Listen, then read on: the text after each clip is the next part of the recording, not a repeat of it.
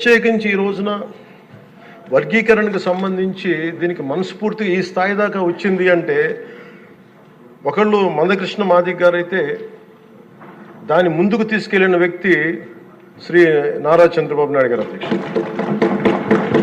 అలాంటి ఆత్మగౌరవ పోరాటాన్ని ముందుకు తీసుకెళ్లి దాన్ని ఆంధ్రప్రదేశ్ ఉమ్మడి రాష్ట్రంలో ప్రవేశపెట్టిన ఘనత, దాన్ని ముందుకు తీసుకెళ్లిన ఘనత శ్రీ నారా చంద్రబాబు నాయుడు గారికి మన గౌరవ ముఖ్యమంత్రి గారు దక్కుతుంది అధ్యక్ష.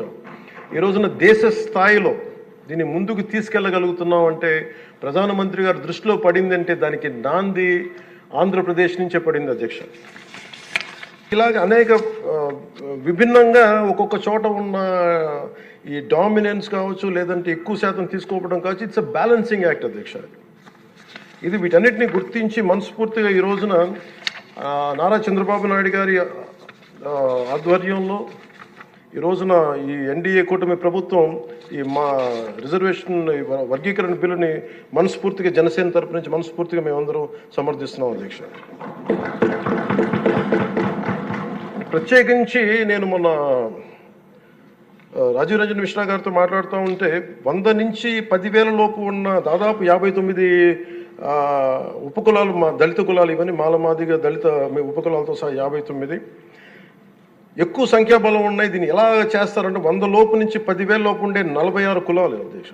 కొన్ని కులాలు దాదాపు 30-40 మంది కూడా ఉన్నారని వారు తెలియజేశారు అధ్యక్ష.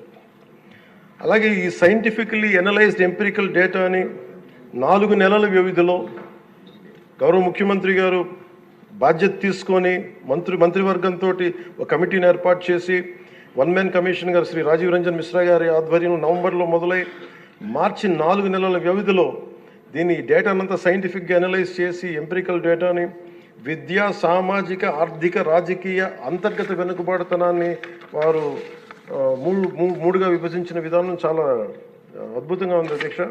ఇది అందరికీ మేలు చేస్తూనే కోరుకుంటున్నాను. మందకృష్ణ గారు వర్గీకరణ ఉద్యమానికి ఆద్యులు. మందకృష్ణ గారు వర్గీకరణ ఉద్యమానికి ఆద్యుడు, వర్గీకరణ సాధన పోరాట సమితి యోధుడు అధ్యక్ష మందకృష్ణ గారు. నారా చంద్రబాబు గారు సైబరాబాద్ సృష్టికర్తే కాదు, వర్గీకరణ రూపకర్త కూడా వారు. శ్రీ మోదీ గారు నయా భారత్ నిర్మాతే కాదు, వర్గీకరణ ఫలప్రదాత కూడా.